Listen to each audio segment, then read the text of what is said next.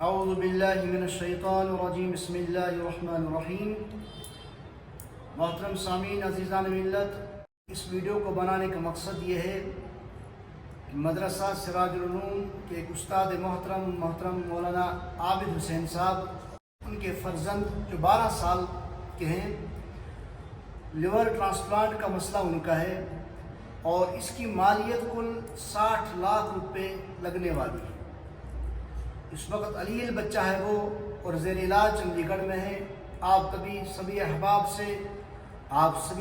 سے یہ گزارش ہے کہ سکرین پر اس بچے کے والد صاحب مولانا عابد صاحب کا اکاؤنٹ نمبر بھی دیا ہوا ہے، ان کی معاونت کریں، مدد کریں۔